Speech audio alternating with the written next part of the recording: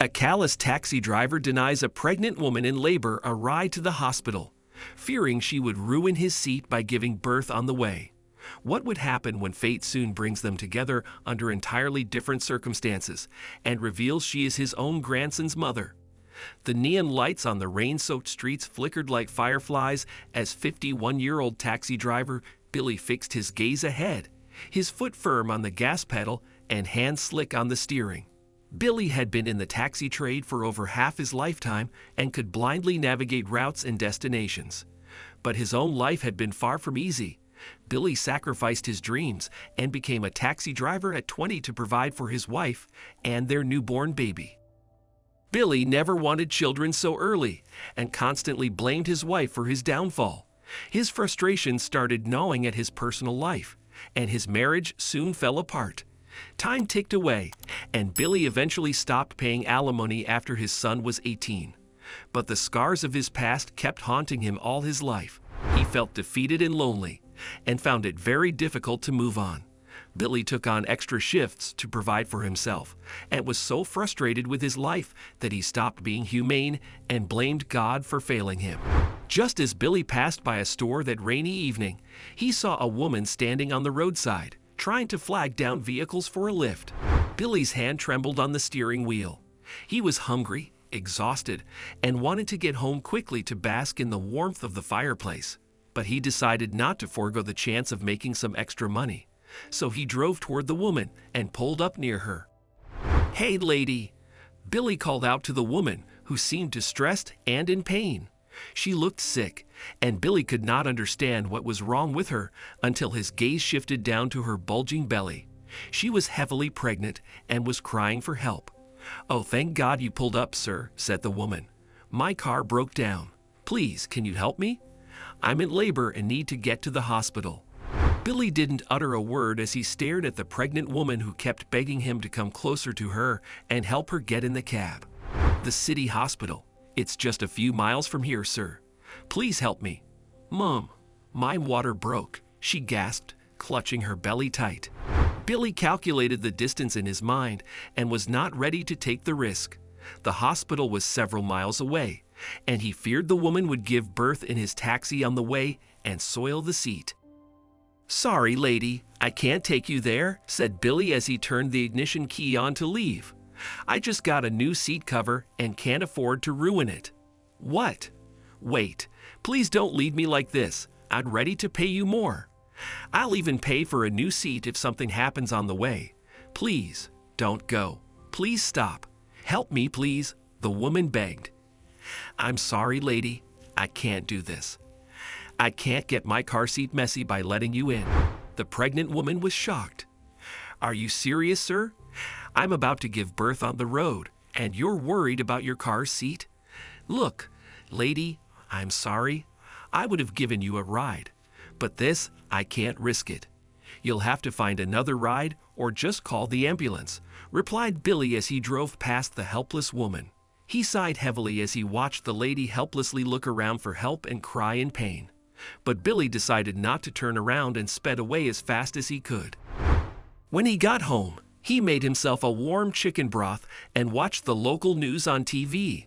The crackling of logs and the smell of burning wood in the fireplace seemed so relaxing after a long, exhausting day at work. Billy fell asleep and suddenly woke up, breaking out in a cold sweat in the middle of the night. He reached out to the jug of water on his bedside table and quenched his thirst.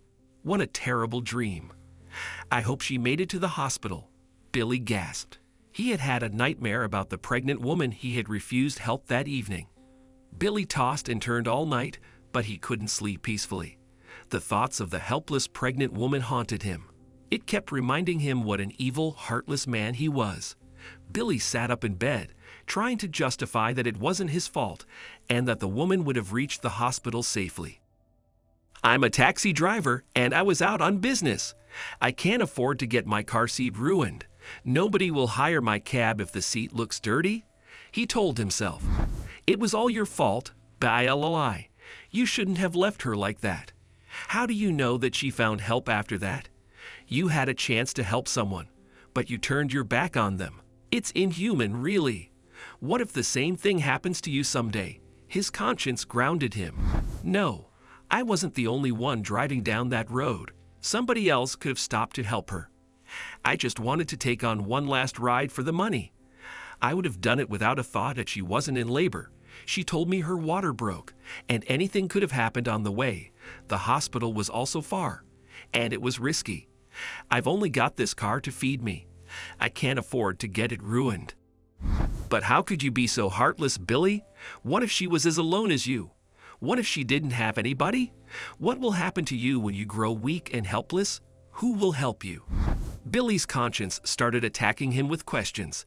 At that moment, he remembered his estranged son and decided to do something he hadn't done in years.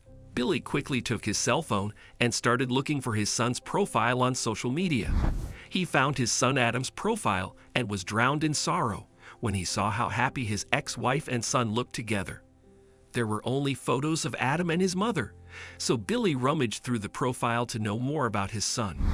But Adam hadn't mentioned much about his life or dad online, and there were hardly any photos of Billy on his page.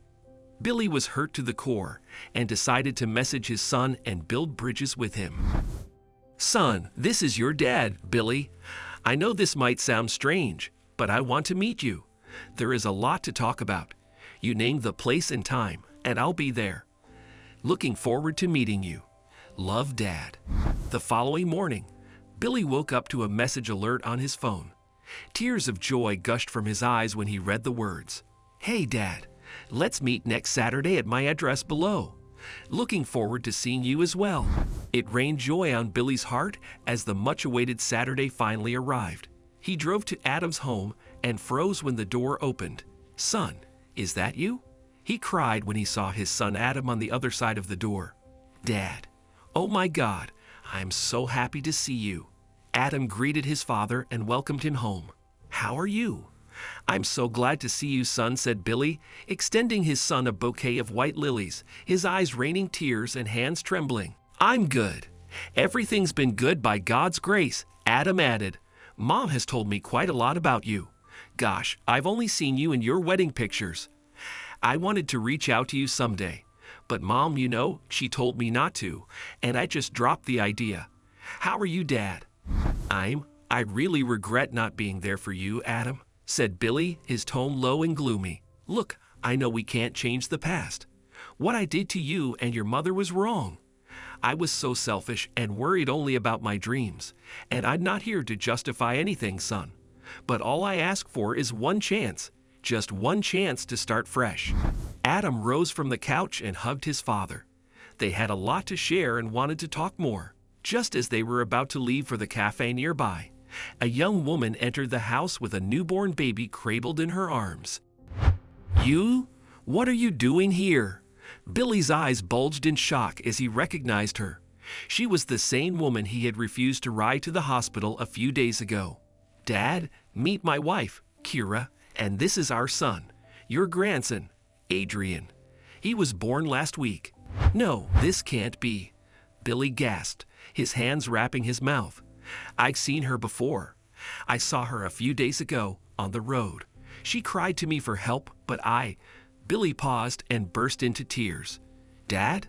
What's wrong? Are you okay?" Billy had never felt so guilty and heartbroken. "I'm so sorry," Billy pleaded with Kira to forgive him.